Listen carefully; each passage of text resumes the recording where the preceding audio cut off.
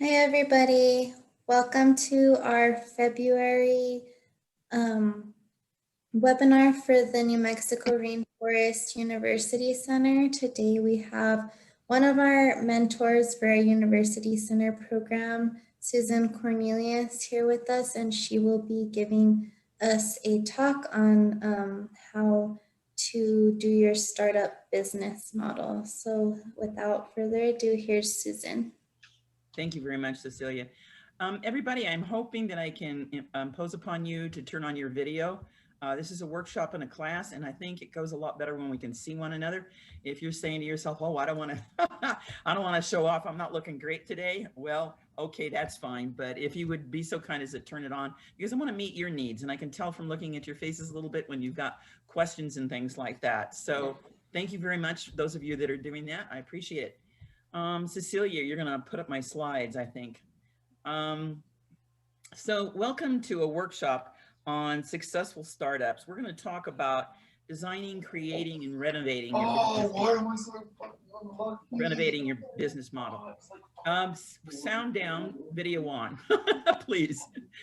My name is Susan Cornelius. My colleagues call me the chief instigator of Accelerate to Solutions. What's that about? Since about 1992, I have worked with over 500 at this point startups in various areas: high tech, biotech, biopharma, probably the smallest group, biopharma, mostly biotech. And I have also been an executive in a bunch of different industries, starting up various kinds of operations. A team of 7 of us, with me in charge of the business model, started up the University of California, San Diego health system in La Jolla. All I can tell you is that we were a group of maniacs, and we had a joke that we told constantly. And that joke was, how many physicians, nurses, and doctors does it take to change a light bulb?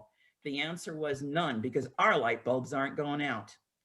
And that just showed you the kind of commitment and determination that we had for what we were doing. We were opening up a hospital in a market with 2,500 empty beds. Think about that. We're opening up a hospital in a market with 2,550 beds. What was the value prop of this particular hospital? Patient-focused care. The goal was to get our patients out in less time, even after very intensive surgery, and to provide an environment that was as close to home as possible, with every single person working in it having the ability to call for help. We even taught our pharmacists how to do bedpans. Did we fill up? Well, on our first day, we did a 12-hour craniotomy in our surgery. That's a brain mapping process for epilepsy.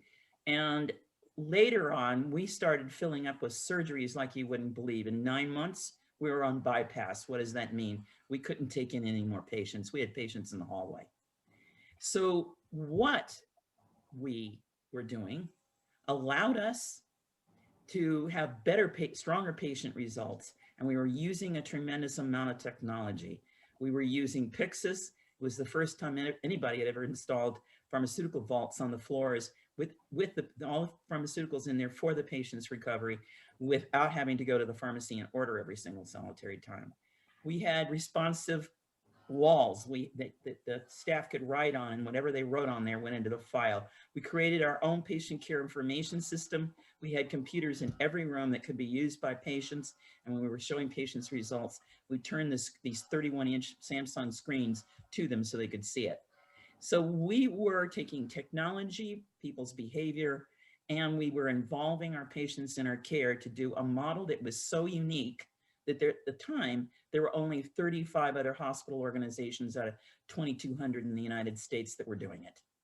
And so, yes, there were 2,500 too many beds. We're going to talk about whether or not your business proposition is unique, and somehow or another, Cecilia, I've lost everybody's faces. Next slide. Am I dead in the water? There we go. So in today's world, our business models have been disrupted. And we're going to talk about the same basic ground rules applying to everything that we do. We're going to systematically discuss how you start up a company when it's not COVID, and then pretty much how you renovate a company when it's not COVID. And then I'm going to tell you they're pretty much the same thing. Many of you may have taken business classes. I never went to business school. I just started starting up corporations. And I discovered at some point that a group of colleagues of mine were using the same processes that we were using. And those included Brad Feld of the factory up in Boulder, Colorado, Brant Cooper in San Diego, and Eric Reese in Los Angeles. And if you recognize their names, it's because those three are the leaders of the lean entrepreneur, lean startup system that we use at UCSD's Rainforest Innovation Center.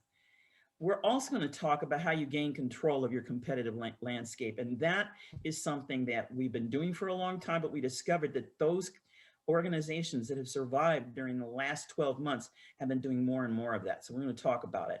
I also want to point you to a resource to you, and that is the UNM Rainforest Innovations Center. That's where you can find events like this listed. At the end, I'm going to give you the link to absolutely everything that I've talked about. And Cecilia posts those within 24 hours after we're done. So you'll be able to see my entire presentation. Next slide. Oh, if you have questions, I see there might be a question down there. I don't have a camera. That's fine. Thank you, Connor, for letting me know. So Cecilia, can we fill the screen with the slide? Is it not working? Because my slide's cut off. Can we do slideshow version? Is it not working? Because the titles on my slides are not working. Give me 1 second. Since I'm managing the meeting, it's every time I switch the slide, there we go. Okay, so COVID took a big bite out of small business, and I did some research last night to put these numbers in here because I wanted to make sure they were hot off the presses. In the United States of America, and I would love it if Congress would learn this, some 44% of all economic activity happens in 25.7 million non-employer establishments. What does that mean? Mom and dad, son and daughter, brothers, sisters, married couples, cousins, and they don't view the members of their workforce as employees, although they're paid as employees, they receive their share, but they're not going out and they're not recruiting people from the outside to work with them. That is an amazing, staggering number. The sales that they offer to our economy is $1.2 trillion. And it's divided into 3 sections: sales, value of shipments, and revenues. 18 to 50% of small businesses, depending on geographic area, shut down over the last 12 months. That's a staggering 94% of all small businesses have reported some negative impacts. And we've been hearing about it in the news, but I wanted to see what the actual stats were. What is important in all of this is 51% of founders and entrepreneurs like yourself are rather bearish. Bearish meaning they think the market's going to go down in the next 6 months. Yet there are pundits right now saying the market is still going to go up. Let's go to the next slide. And if you have questions, please, put them up on chat. I'll answer them. So next slide. Here we go. Nope, we didn't get there. So for high-tech companies, okay, for startups, for biotech, and for biopharma was pretty steady, but for biotech and startups in tech, they surged during the pandemic. And I'm going to tell you what they did to surge. We know that they surged because there was an increase in applications for federal ID numbers. Now, most of you know that that's called a TIN, and that's your tax ID number for your business. And it's different than your Social Security. So that means that in each one of the quarters of 2020, there was a steady increase of applications for TIN numbers. But in the last quarter, when you took a look at January 2020 and December 2019, the total was the same as those 2 quarters just in the last quarter of 2020. Web hosting, now what made it possible for this to happen was many of you probably using Zoom or Google Group or Microsoft Team or some other kind of social software. And Shopify's, Squarespace, the company that puts a square on your phone so you can do charges. A lot of companies that succeeded and did well adopted as much of the electronic software as they possibly could to help them do e-commerce. And the tech startups, now what did they do that helped them grow? Let's go to the next slide.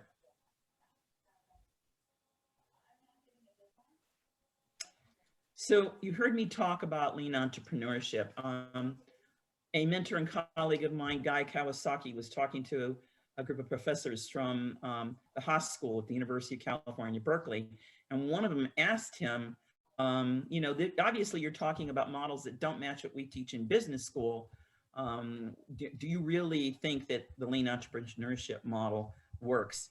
And he said to them, yes, as a matter of fact, we got lots of longitudinal statistics on that shows that it works. And what characterizes it? Starting with little to no money, you'll see a stat later on that says the average entrepreneur starts with about $5,000. I know I did, okay? Working hard 24/7, doing things in parallel, not doing things serially, it doesn't work. Completing their prototypes, and I'm going to talk about this over and over again. I don't care if your prototype is a plastic mold that you did on a digital printer inside your house, or you've actually something that you got a picture of, but that becomes really, really important to raising money, getting an SBIR, STTR, getting a federal contractor grant, because that's what those are, or getting investors. You've got to have a prototype. And people say to themselves, well, wait a minute, I'm trying to renovate my business model for my restaurant. We're going to talk about that because I have family members who did that. Over 400 startups were analyzed and putting together the data that I've used. And what we found out was they were working in remote monitoring. So that was watching patients at home with digital devices, many of them about the size of a mobile phone. Telehealth, again, those same mobile phones sending data to a physician, telling the physician, oh, somebody's having a stroke, they're having a heart attack, their oxygen sats are down. Respiratory monitoring, which is what I just talked about. Digital stethoscope, doctors were meeting with their patients on Zoom at home, and they used a digital stethoscope, which was an app that went on the phone, could look down your throat and take a look. Mental health chatbots, signing up for software that came and said to you, oh, Susan, I know you've had a hard day today, but let's talk about how you're going to relax right now by meditating. I'm going to take you through that. And then wearable sensors for a lot of different processes, mostly cardiac. So startups developed antiviral soaps, sanitizers, autonomous disinfecting and sanitizing machines. You may have seen those on television.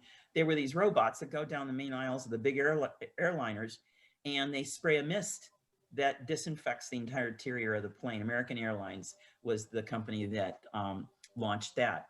But the antiviral soaps, we actually have a professor from UNM who started up a company that has developed an antiviral soap. And Cecilia, if you remember the name of it, I didn't remember it last night, but it is going to be in production, and it's considered to be better than Clorox wipes and everything else because it stays on the surface for a period of time and prevents the spread of any COVID viruses. It's called BioSafe. BioSafe is the name of the company, and it's a UNM company. I don't know what their initial investment was. I haven't seen that written down, but they are manufacturing, and their first products are going out very, very soon. Let's go to the next slide. So if we take a look at the way emerging technologies attacked the COVID pandemic, systems for cities to use in their lockdown situation, same for industry, same for management of individuals and their behaviors within cities, remote healthcare, prevention measures, diagnostic solutions, a lot of those, hospital care, and that was the PPE, a lot of it, and public safety. So companies that were doing other things, and we have a local entrepreneur who's a mentor in our innovation core, his name is Tom Chipakovich. He got the contract for the state of New Mexico for contact tracing. So, these people like yourself who are thinking of their ideas went to a lot of COVID pitch contests, pitched what they were doing, and then ended up getting the funding to do it for the state of New Mexico. So that brings me to a point. The word pitch, well, I'm a former softball fast pitch player. I was a catcher. Think of a league of your own, and that's what I was wearing. We had to wear skirts. Never could figure that out. And later on in college, I didn't have to. But what pitch is, throwing a ball, right? No, it's not. It's a 90-second presentation of what you have, its value, what difference it makes, how it's unique, and where you are with your prototype that you give to potential investors and others so they know what you're doing. So let's go to the next slide. This is a list, and I know it's tiny print, but you're going to get a copy of this, of all the various markets that during this COVID period that people have gone into. There's an app out there for loneliness and depression management that checks in with you, or you can check in with it, and it gives you messages and helps you work through a problem. We've talked already about the robots for disinfecting, but one of the things that struck me on here was spit disposal. I don't know whether you've been ever walking around and somebody just hawks a Louis across the concrete. Well, cleaning up spit off of concrete surfaces out of side of stores and gum is a challenge. And so there was somebody working on that. So these particular things that include shared streaming and entertainment, where I can be in my house and with my grandchildren in Dallas can share a show that we're watching. These kinds of things are the things that people were working on during this period of time, and they're pretty doggone creative. The biggest one was prefabricated and modular construction, because we were having to build buildings outside of buildings because there wasn't enough room in the hospitals. So how do you take the technology that the United States military was using? How do you create that for civilian use? How do you use that for healthcare? Those are the kinds of things we're looking at. Next slide. So there's some pretty eye-catching statistics from 2020. 1/3 of the small businesses in the United States that started up during that period started with less than 5,000. Our professor friend at UNM had some contracts and grants to do the work he was doing, but man, he was working by the seat of his pants getting that all started up until he got a major investor. We experienced during 2020 the highest number of searches on how to start a business. Now, that is a fascinating thing, because this was restaurants, this was lawyers, this was social workers, this was tech people, this was biotech people, this was ministers, this was mom and dad, this was mom and pop. The startup statistics, and it continued from 2019 to 2020, and we know it's going to go to 2021. We are predicting that the workforce, some 47% of the workforce will be working in their own company, being consultants and doing private work. So your interest in starting up your own enterprise is really, really important. But what still remains as the strongest area for investments is the area of healthcare and devices to be used in healthcare. And when you saw that list, you saw things on there and you went, what the heck does that have to do with healthcare? So there's a diversity of products. Now, one of the statistics that really hit me was the United States had more unicorns than any other country in the world. Now, what's a unicorn? That's a startup that is valued at over $1 billion. Think about it. Startups that are worth over $1 billion. We saw more of those in the last year than we've ever seen before. And the bulk of them had to do with software. Okay, so let's move on to the next one. So I welcome you as founders. I'm hoping you all are going to be founders of your own enterprise. Why do I do what I do? It's so that people like you can make your dreams come true. I don't want you to be entrepreneurs. I want you to be entrepreneurs, okay? So we recognize at the University of New Mexico that we need to give you some help in navigating. And we know that today's times can be a challenge, but the principles of what we are mentoring and coaching haven't changed. Again, talking about myself, I've coached 500 companies. They've ranged at Sentinel event, which is a equity event, from about 35 million to 1.5 billion. And so what we have to say to ourselves is, tough challenges means we need to work harder and the money is scarcer. But with a statistic that says that 67% of all startup entrepreneurs started with less than 5,000, let's move on.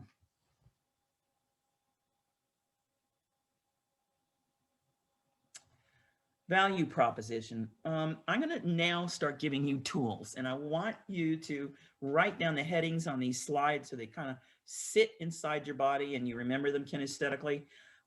because you're going to look these things up on various websites when I'm done. We use something called a business model canvas.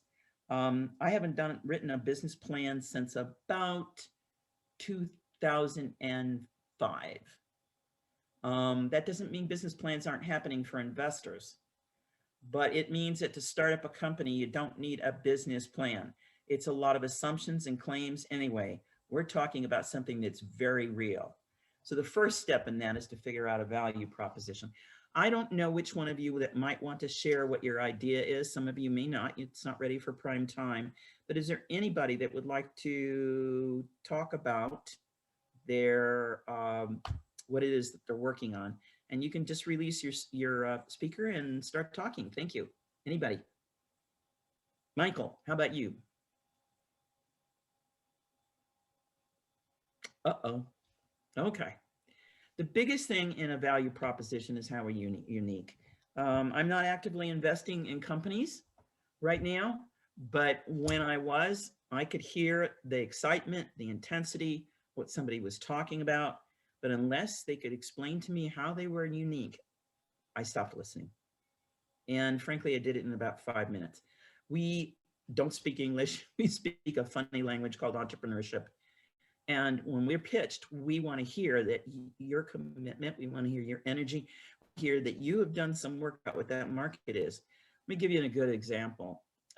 We had a postdoc last semester who's incredibly talented, who had a device for monitoring, well, they're called metrology devices. They use a combination of optics and computer algorithms to take a look at the surface of something and tell you about the integrity of it. In his case, it was thin films. What are thin films used for? They're used for your flat screen TV set, your computer screen, and they're also used for building titanium batteries. That's because these surfaces are molded, and they're molded at a nano level, and this thing could look at the structures at a nano level. He started thinking that it could be used for about 10 different industries, and we would have this back and forth about what could it be used for. By using a process that we call customer discovery, he discovered tremendous value for a very large market that is growing called reel-to-reel fabrication of these thin films.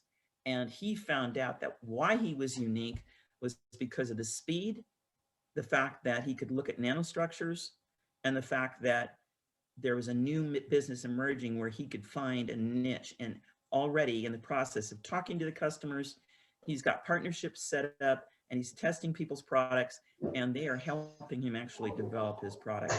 100 interviews during COVID. This is not a joke. He did it in 6 weeks. Questions? So how do you make money, and who's your competition? You are going to have possibly various value propositions because your product is in various play. One of the funniest ones is probably you've heard of an old cosmetic company called Avon. And about the 70s, they developed this skin cream that everybody was wild about. And then they decided that there's a great moisturizer. Why don't we stick some SPF in it? They did. What they discovered was that there was a great sunblock for children, and it's now packaged as a sunblock for children. So that was a complete and total unique positioning of a very simple product, and it made a ton of money versus women using it or men using it for their skin. Who was their competition at the time they did it? Not many companies, but it's a good story of a total pivot by talking to your customers and finding out that what you think you're making isn't what they think it's applied to. Let's go to the next slide. So value props, stick that in your head, you're going to have them. This is the business model canvas. Now, how we work with this in our programs is, let's say you've come up with a solar device that can be put out in the middle of solar fields, and it measures photovoltaic irradiancy, meaning, which is a complicated way of saying whenever the clouds come overhead, it's not collecting, okay, energy. And you think it's only going to be used in big solar fields, and you think everybody can use this. So you start in the middle of value prop. It's going to give them a signal in less than 10 seconds. It is easy to maintain. The algorithm makes it extremely fast, and it will give information to the power company knowing whether they should shut part of the grid, go out and buy power, or buy power futures to bolster up what they don't have at that point. And I think my customer segments are the big power companies, and I'm going to go interview them. That's my customer relationships. And I'm going to develop some channels that are going to help me sell it, only to find out that all of the solar fields have these organizations they belong. If the organizations adopt the technology, then they'll use it. It had nothing to do with the big power companies. So then once we found that out, what are the key activities for getting this into the field and testing it? How many prototypes can we get out there? And what resources are we going to need to do that? Well, he's a postdoc, became a professor at UNM, and he's getting it out there. And then he needed some partners, and it was these power organizations that themselves across all the states that he's now working with, especially California. What was the cost structure? You're taking a look at a 19-month period of time about what your costs are going to be level. On the next level, you're talking about what your technology is and how it's going to develop. And on the third level, you're talking about how you're going to sell.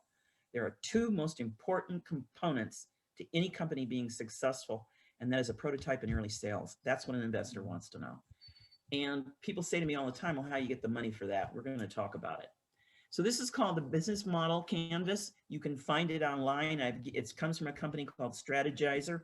All of us who are lean entrepreneurs, we build these canvases with people. We print them up in big formats, and we use stickies. And for just about every purpose of a product, we do one of these. And that is what we work off of, okay? In order to start planning the first steps of a company within its first 19 months. This works well with us as entrepreneurs because we're not having to sit down and write sentences. That drives us crazy. Let's go to the next page. So you're saying to yourself, you're showing me a system. Wait a minute, I need money. What I'm trying to tell you is you're filled with assumptions right now. You may have even sold some prototypes, but what we need is for you to get a real target on who your customers are and understand them and test any assumptions you've got. I'm going to talk about one of my favorite assumptions in a minute. We use this business model canvas in step 1 to write down your assumptions. We don't argue with you, just write them down. But we're going to do it multiple times. We're going to do what are called pivots and why we did it. So let's go back to the postdoc that I was working with last semester, who actually did regional and national innovation core programs at the same time and has gotten ready for launch. He did a total pivot on what he needed to do for the optics on his device. So he's redesigning it. He did a total pivot on what part of the market he was focused on. And he created relationships that are going to help him get that product to market. And there's agreements being signed now. Let's go to the next, and those are called pivots. Let's go to the next slide.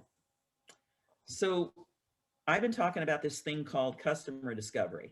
Now, I told you that when I was working with UCSD Healthcare, starting up this, what became $1.5 billion hospital system in about 19 months, that we were a bunch of maniacs. We were. But the one thing we did that was correct is we talked to customers. We did what traditionally have been called focus groups. And sometimes we were sitting, having something to eat late at night in a bar. I hate to admit that, but we weren't drinking. We were working too hard to have a drink. And we were talking to people in the restaurant because they would say, oh, we've seen you here before. You're always here late at night. And we're going, yeah, you are too. What are you doing? And we would tell them, and they would say, oh, ask me. I want to be asked. We got physician groups together. We talked to suppliers of the various technology, and we said, this is how we want to do this. This is how we want to do this business model we're using and how we think we're going to make money. How do you think you fit in? How would you change it? Thousands of interviews. And like I said, in 9 months, we were full. So we're researching our potential customer. And this is where you find out who your customer really is. Now, people will say to me, oh gosh, how do we do that during COVID? This is why, whether or not you've got your Durans on Central, or you are Gallery, or you are National Lab in their tech transfer program, you are going to go out and talk to customers. And a lot of tech companies do this well. They have somebody working on the innovation and they've got somebody working on asking the customers. That breaking sound you hear is my healer. She's an Australian healer, and she doesn't bark, she squeaks. Sweetheart, you need to stop. Okay. She's my office puppy. So you're going to research this potential customer, share your value proposition, telling them a story about how you think your product is used. And that's when you find out, aha, the customer wants to use it in this way and can for them. So let's go to the next slide. So you're going to do these things on Zoom or Google Group or Microsoft Team. And you're going to start with the problem we're solving, for whom, what's unique about it, what products and services are we offering. This is not an opportunity to have a sales call. We're just sharing that information. And it is so important that you give them your value prop, because the person you're talking to, okay, is probably going to say to you, I think it has value someplace else. In the case of the student from last semester, he called up KLA, which is one of the biggest metrology companies in the world. It's in Europe. Ended up talking to the CEO, who spoke beautiful English, and had this conversation with him. And he was impressed with the fact that he was telling them, I think there's 3 value props. These are the markets that I'm in. What do you think? And he coached him. So let's look at the next slide. It's fun having office puppies, but sometimes they don't want their mommies to talk. Okay, one of the things I love to do in my spare time when I have nothing else to do is draw cartoons. And I started thinking about, how do we use this process of storyboards that is used in the film industry to talk about what we're doing, so what we're doing makes sense. So in the first block, you can draw, you can use words, you can use a sticky. Just, don't write on your storyboard. You're sticking things on it because you're going to move it around. So what's the problem you think you're solving? Well, in the case of the guy with the solar device that looked at irradiance, okay, he drew a picture of how the cloud went across the field with the solar panel and how his device reacted, and how it's talked to it was agnostic as in communicating with their software, and all they really needed was Verizon or something like that with good coverage, and it would give them information within 10 minutes. They went crazy. They said, we have nothing that's doing this. And it was one slide that he animated. What does the customer think the problem is? Well, the customer, part of their problem was, I can't adopt this all on my own. I belong to an association, and you've got to talk to it. And we went, wow, that is the most powerful piece of information we've given. And those are the people we got to start talking about adopting. We only did very little on how it really worked. But what we wanted them to be aware of was that the algorithm that controlled it was proprietary, patented, or actually copyrighted. And that was the part that made the whole thing magic. We asked them, does our product alleviate any of your problems? And they said, we frequently either have to shut the grid down or go out and buy power. And one of the interesting things that I learned in listening to this, most of these solar fields use these great big lithium batteries.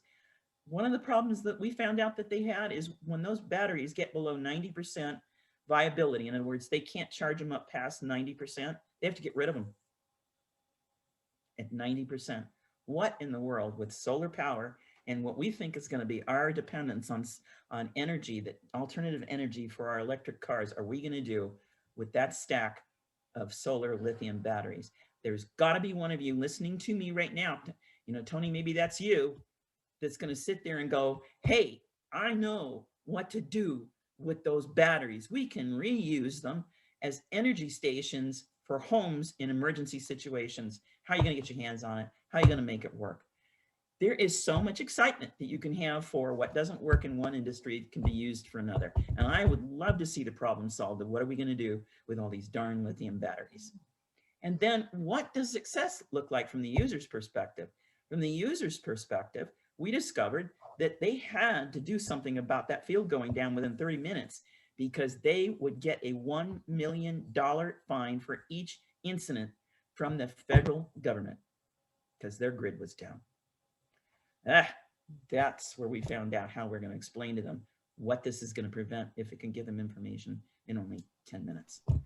Okay, so we're thinking about the product from the standpoint of the user experience. And we had a note that was put up by Cecilia, listening to them, and I'm doing a lot of talking, but just asking the right questions and putting together a product storyboard like this will help them talk to you rather easily. You can draw it, you can do it. If you're skilled with using Adobe and a variety of other video drawings, you can put together video drawings that show your story. You can do it while you're on Zoom, and then you start asking them questions. You're not selling. You want to know, is this going to be successful from their perspective? But the last thing you want to ask them is, who else should I talk to? Next slide. Now you're all going, what does this have to do with me? I thought I was setting up a business.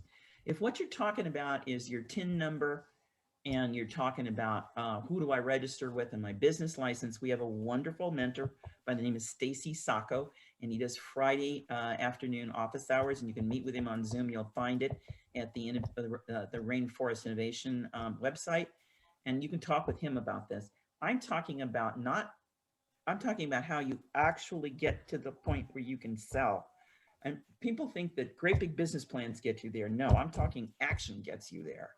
And your first action is develop your prototype. Second action, develop your value prop. Third thing you're going to do is talk with customers. You are gathering all the information you need about cost, what they're willing to pay for it.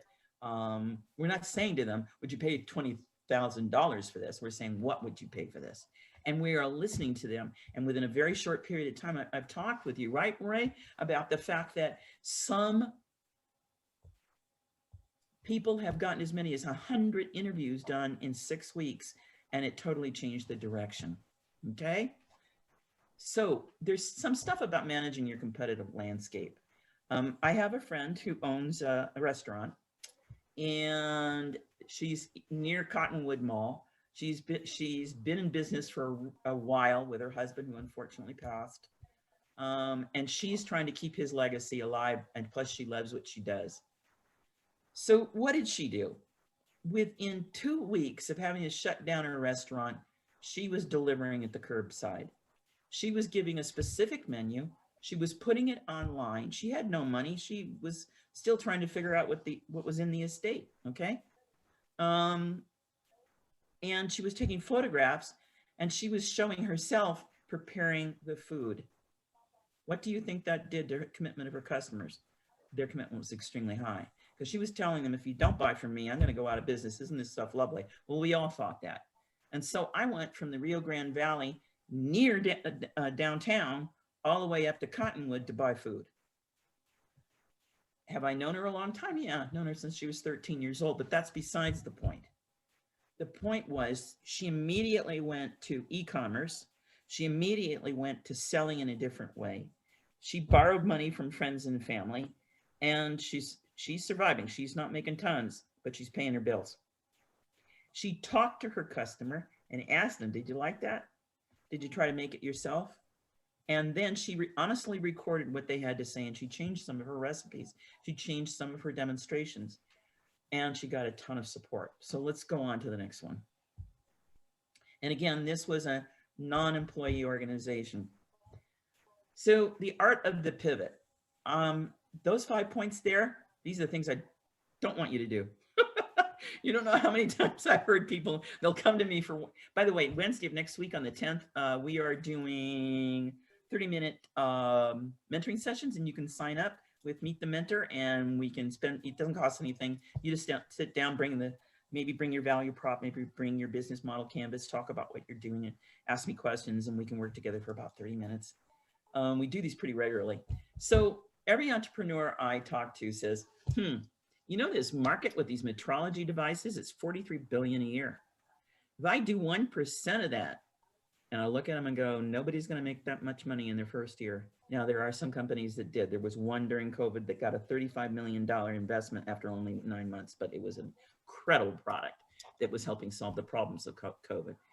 It is not easy to get 1% of your market in your first year. You got to get your prototype done. You got to figure out your markets. You got to talk to your customers, because people like me, and I used to do investing, investors want to hear that you've done that. That's when they're going to give you money.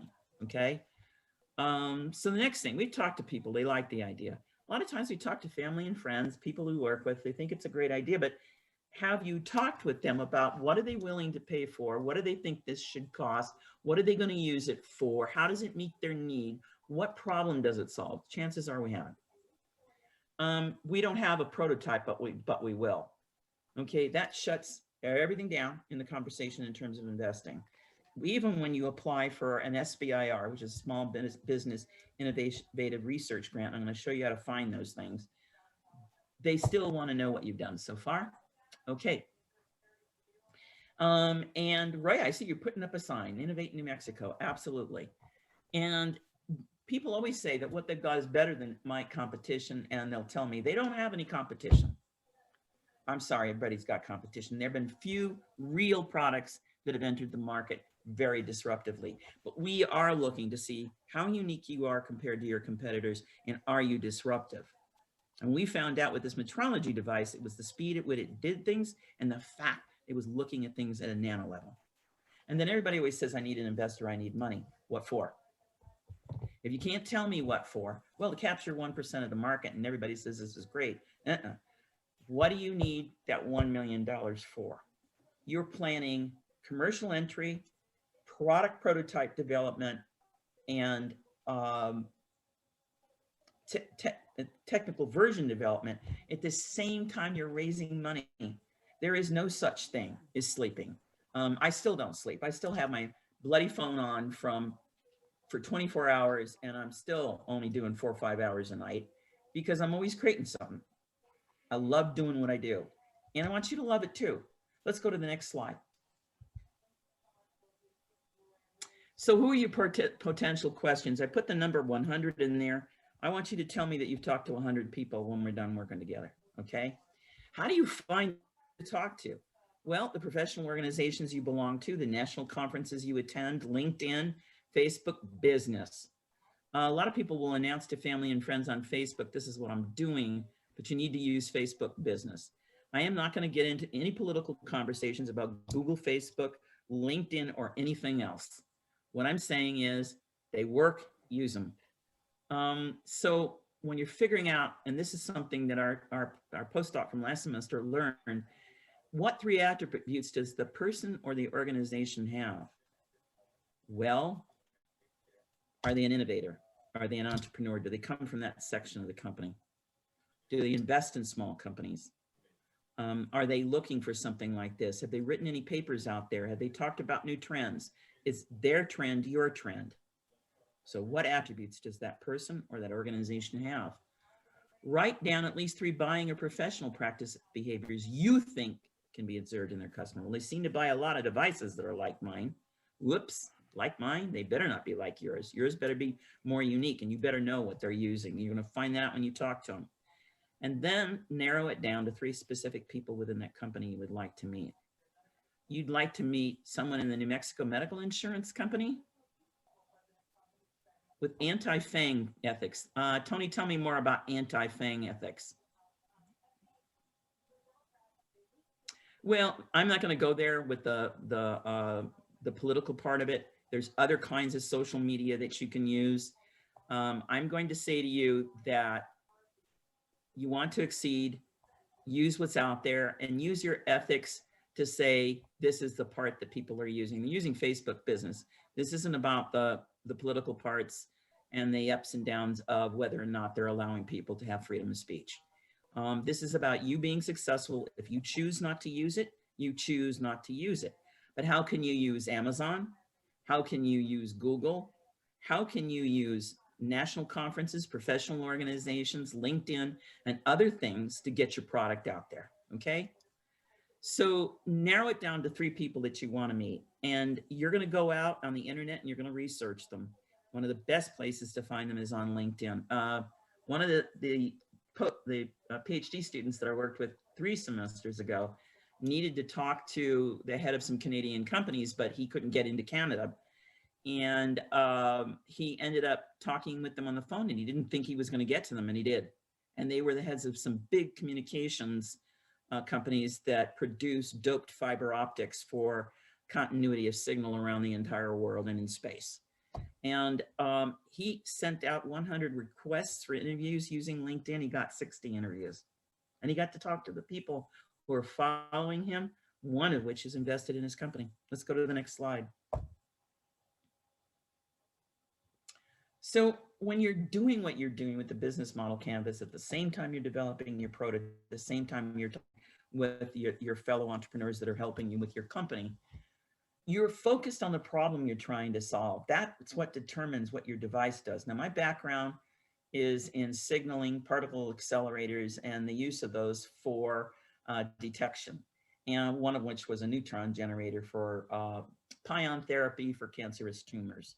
And we had to figure out how to speak to our customer about how our device was going to be the injector for their device and how that was going to give them a better signal, better beam, less damage to the patient.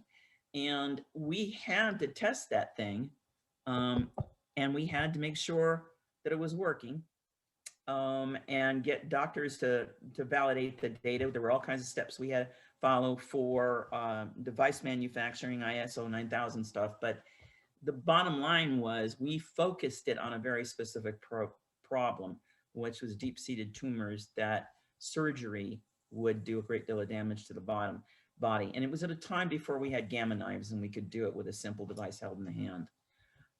Define customers you want to speak to. Understand their perspective, okay? For instance, if you're not going to use what you call anti-FANG, Facebook, Google, and a variety of other means to get your information out there, then you're going to have to do a lot of interviews with people. You're going to need to identify people working inside companies. You're going to explore LinkedIn. You're going to explore all kinds of companies. You're going to find out who works where, and you're just going to call them up and talk to them, okay? That's what you're going to do. Listen and learn. That is the most valuable tool you can do. It's fun for me to do a workshop, but what I'd much rather be doing is sitting with you, fully capturing what you think you're doing and helping you decide what your next steps are, okay? And so if you think of yourself as not selling, okay, but listening and talking to people, then you can get them to answer a lot of things. And sometimes they'll also agree to have the interviews recorded. You'll have to get their permission to do it, but they will say yes, okay? And then develop a consistent system for analyzing your interview results. One of the things that is the most important thing in the world is you sit down immediately after, or at least within a couple hours, and you say, okay, I've got a video here, I'm gonna watch it. This is what they said.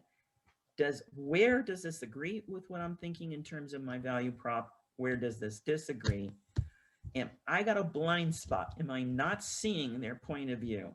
Maybe I'm not. Let me talk with somebody else inside their organization. And you've asked them for 2 more names. So call those people and ask them and see if you do have a blind spot. You have to challenge your assumptions. And that's when you're going to go back to your business model canvas, redo it. Now, this process of working through this is really a team process. Many of you will tell me, well, I'm a single entrepreneur. I don't have a team.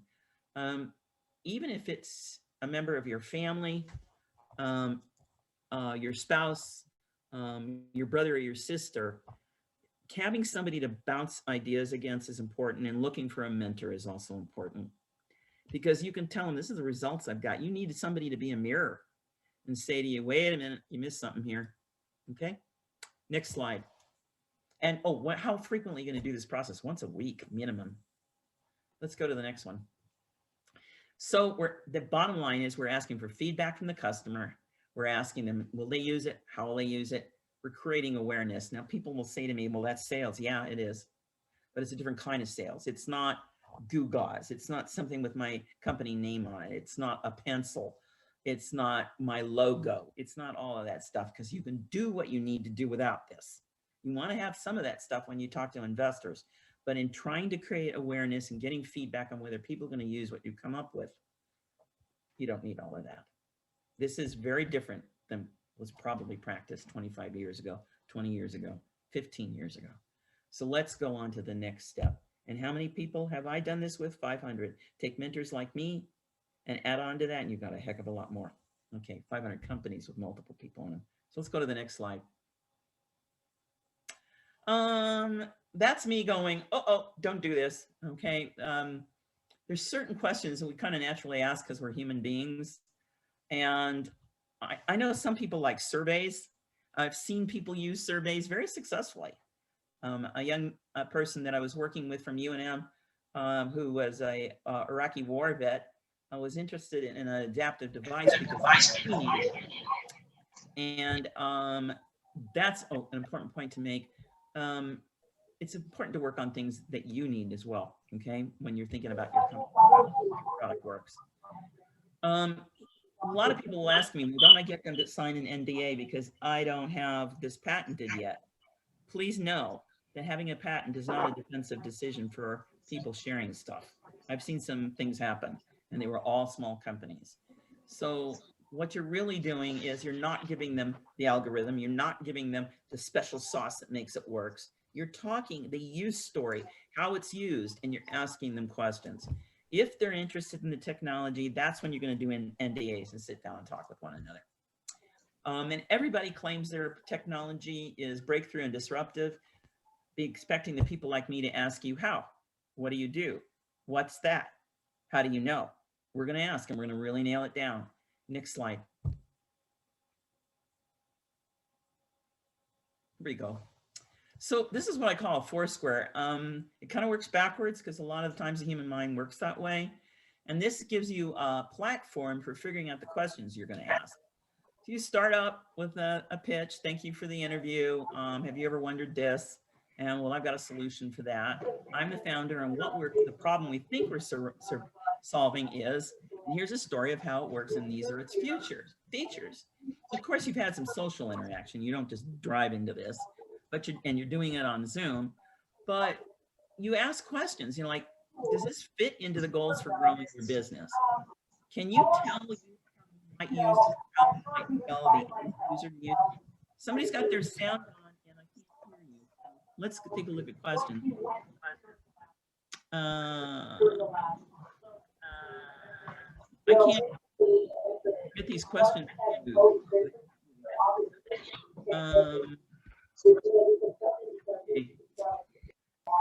If you don't have a camera, you want to interrupt me, please do. And this is a story of how it works. Roy and Susan, please mute.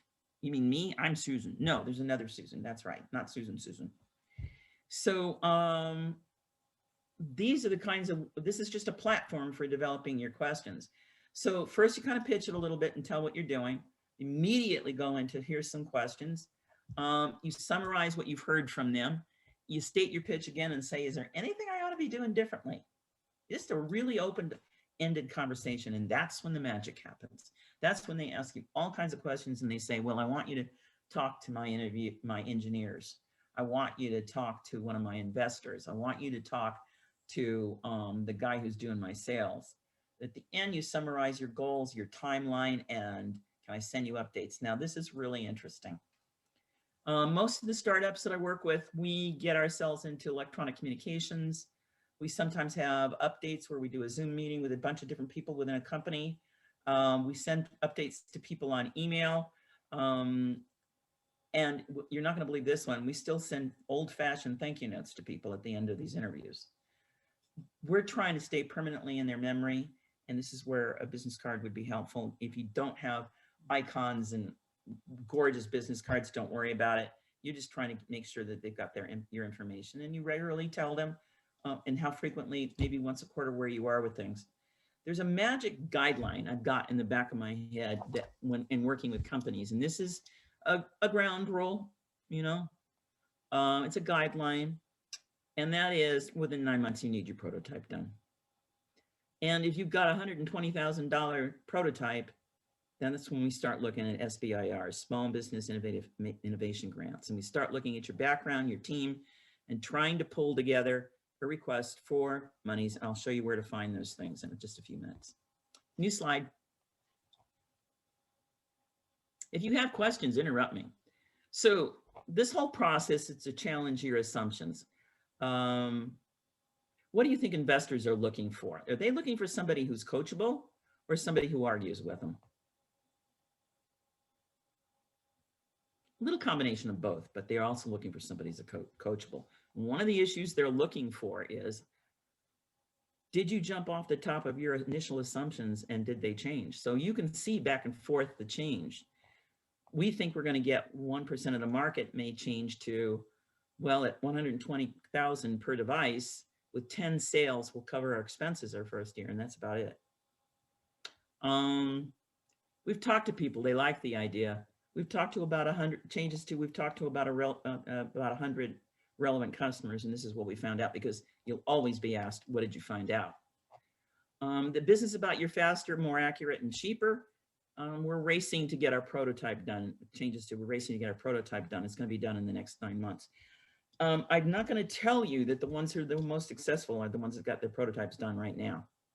And that's your prototype model for, maybe you are setting up a food truck and it's going to sell Greek and Italian food that's made with fresh sauces and small pans that are set up in advance that you can add and put choices in, and you're going to be COVID compliant in the following way. And you're going to be at this particular corner, and you're going to have tables out, and people can bring their chairs, just sit out in the open air and do this when it's not too hot and not too cold. And then I'm going to ask you, well, for how many months, what are you going to do in the months of the year that you're not able to do that? Well, we're going to sell off the truck in plastic containers, and people will be able to take it home and warm it up. And how you can let them know where you are, and then you can tell me how you're going to use social media to get that information out. So, and then the last thing people say is, I need an investor. Once we can describe what we're doing, how it works, what the customers think of it, how much it's going to cost, what's the size of market, what is going to, our piece of it going to be, at our best guess at this point, then you can pitch investors. So we need to challenge assumptions. And so every time you get data from a customer that you've talked to, don't argue with it, just write it down and see if you're seeing a trend in what they're telling you. That's going to help you meet the market. You will be surprised to the degree to which the market drives what it is you're trying to do, whether it's founding a nonprofit, whether it's a special piece of software, an algorithm, a medical device, a new service, a new style of restaurant. What your customer wants is going to drive what you're doing. Next slide. So people say, well, how do they determine what the cost of this thing should be? I'm not going to tell you it's always scientific. I mean, with this metrology device, it came out that it was going to cost us about between 40 and 70,000 to build it. We thought 120,000 would cover our overhead. And then we magically decided to double it. It was based on industry experience, and discovered that we were 75% less expensive than other devices. So there's some room in the market to grow, and everybody was really excited about another metrology device that assesses surfaces and can tell whether or not concrete had any weaknesses in it. Could actually be carried in a backpack on your back with a device in your hand.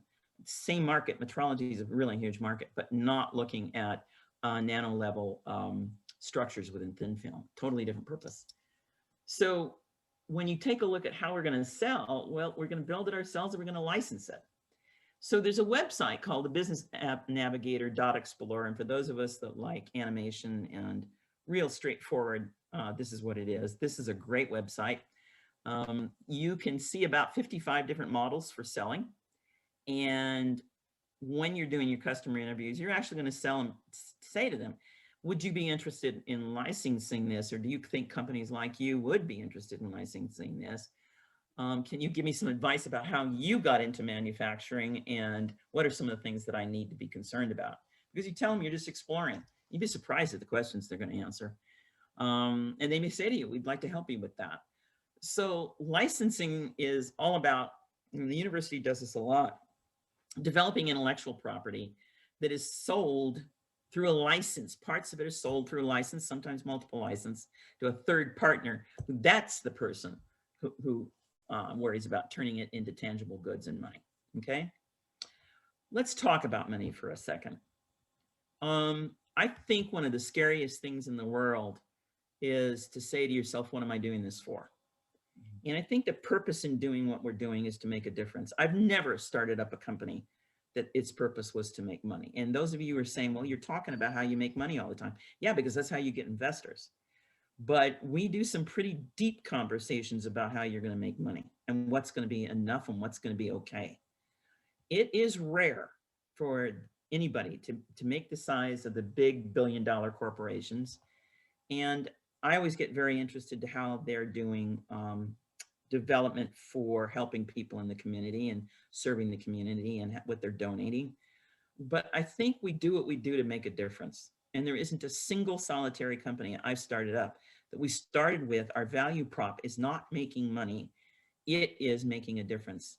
And so let's go back to something that I may have been neglectful when I was talking about it. I was saying, how are you unique? What difference do you make? How do you make a difference? And I'm bringing this up because this morning, before we started this workshop, I received a telephone call from my grandson, who's kind of like his grandmother a bit. And he is starting up an online e-commerce, and I don't know the name of it yet, but he's been working on this secretly. He just wanted to announce it to me. Company that is selling t-shirts where 100% of the profits are going to go to pediatric cancer research. And the t-shirts all have sayings on them with butterflies. He's done a lot of market research. He loves manufacturing clothing. This isn't the first time he's done something. He's a junior in college. And his reasons for doing it is I lost a baby granddaughter. He lost his baby sister to a very rare form of cancer called glioblastoma. It is a cancer of the brain. That's what Senator John McCain had. So he's determining right now the price of that product. We talked a little bit about it and how he can send those profits past costs to pediatric cancer research. We had a question that just came up. For pricing, how do you determine the value to the market of a unique product rather than using a cost plus pricing? You talk to your customers. I mean, that's the simple answer to it. You talk to your customers. What are the features of what you're doing? How do they find it unique? And what are they willing to pay for it? You are going to have to do some deep market research. One of the projects we worked on was tinacos. These are water containers that are used in a lot of countries that are plumbing poor to provide water to the house. And these giant containers of water. We thought the value was that they would have flowing water. And so we thought the device on top would be about $100 to $150. Most people we thought could afford that. What we found out was that it had to be less than $50. We also found out that the process we were using was going to keep the water clean. So we had a really strong value proposition that the Mexican government was very interested in. And we also were able to produce the device for about $40. We were using $10. We were making $10 per device. We were selling them in large groups. So it's how many are you going to sell? If it's that kind of one-off product, how many are you going to sell at one time? What's the business model? The business model was helping solve a problem of plumbing poor countries and ended up reducing infections from contaminated water. That was the value prop. And we've got a lot of data on that. People had to buy the tinacos, and under the Mexican government rules, the tinacos are limited in how much can be charged for them. And then we had a device up on the top that cost $50, and we were able to work with the companies producing the tinacos to literally create a scholarship fund where if people didn't have $50, they could still get it. So it depends on the product, it depends on the country, it depends on the geography, it depends on the real value prop, and it depends upon what your competitors are charging. And everybody tells me, but my product is unique. Find something that it stinks like, smells like. What are people selling it for? And what's their sell? Are they giving a portion of it to nonprofits and they're able to sell it at that price? Or are they selling something like Amazon Prime where the price has got to go up, but they're able to keep a supply going? How much supply you can keep going, how much supply you think you're going to have, it really is individual for your product and your service. And you need to talk with a coach about that. So hopefully I'm going to see you next Wednesday and we'll talk about it specifically. Let's go on to the next slide because we're almost done and I know we're over. So I'm not going to go through all of this. Guy Kawasaki accidentally became a mentor. He's not mentoring me right now, but I learned a lot from him. And there's a lot of good advice in here. And he's telling you the same thing I've been telling you: prototype, prototype, prototype. Get some sales out there, and then you can start talking with people about how to sell what it is you're doing. Next slide. Again, some more of the things that Guy says, but one of the things I want to say is make it, sell it, collect it. This is the same for a nonprofit. Whatever it is that you are doing, like there's a nonprofit out there that we worked with that actually is working as a funding source for the nonprofits. The people who give these nonprofits funds dictate a certain amount of money that goes to this company. They then take that money, and if you donate, they match it, and then you get to determine where the money goes. And they're actually raising money that way. It's a very unique model, and I found it fascinating. So again, it is making a difference. Let's go to the next slide because this one's pretty important. These are all the websites I would like you to know about. Innovations.unm, that's where you're going to find out about the events, and that's where you're going to find videos of the various workshops we've done. Lobo Rainforest, ICOR, those of you that are students at the University of Mexico, whether undergraduate or graduate school, who have an idea, postdocs as well. Their deadline for submitting your application for ICOR is at the 7th of February. And this is a program that's funded by the National Science Foundation. Anybody who is a UNM student who's got a good idea can come to it. You don't have to have a prototype. We're going to race you to that. And you get $3,000. So you might want to consider putting your application in. It's an online application. Those of you that think you've got a technology product and that it's ready to start getting support for, the quickest place is grants.gov and fedconnect.net. And Cecilia is saying you can find videos of all of the stuff and where it's located. And thank you, Omar. Hopefully I'll get to meet you next Wednesday. Strategizer is going to show you the business model canvas and how to fill it out. Business Model Navigator, that one makes me laugh. That's where you're going to find out the business models. Guy Kawasaki, remarkable people. He does these podcasts. I take a gem away from that every single solitary time. And I use my Apple Podcasts on my iPad and on my iPhone to listen to them. Or if you don't use Apple products, you can do it with your Samsung or anything else on your computer. Just look up Guy Kawasaki podcast. And then there's a group called TechStars located up in Colorado. They've got groups all over the United States where they are asking people to come to them, pitch their products, and they're putting you in an innovative group where you get funding to get coaching and mentoring. It is run by a guy that I really respect, Brad Feld. He's up in Boulder, Colorado. And you have an affinity group that you can go to and ask questions of over a period of a year. So look up TechStars in the various groups in the geographical areas and when they're starting up. Last slide.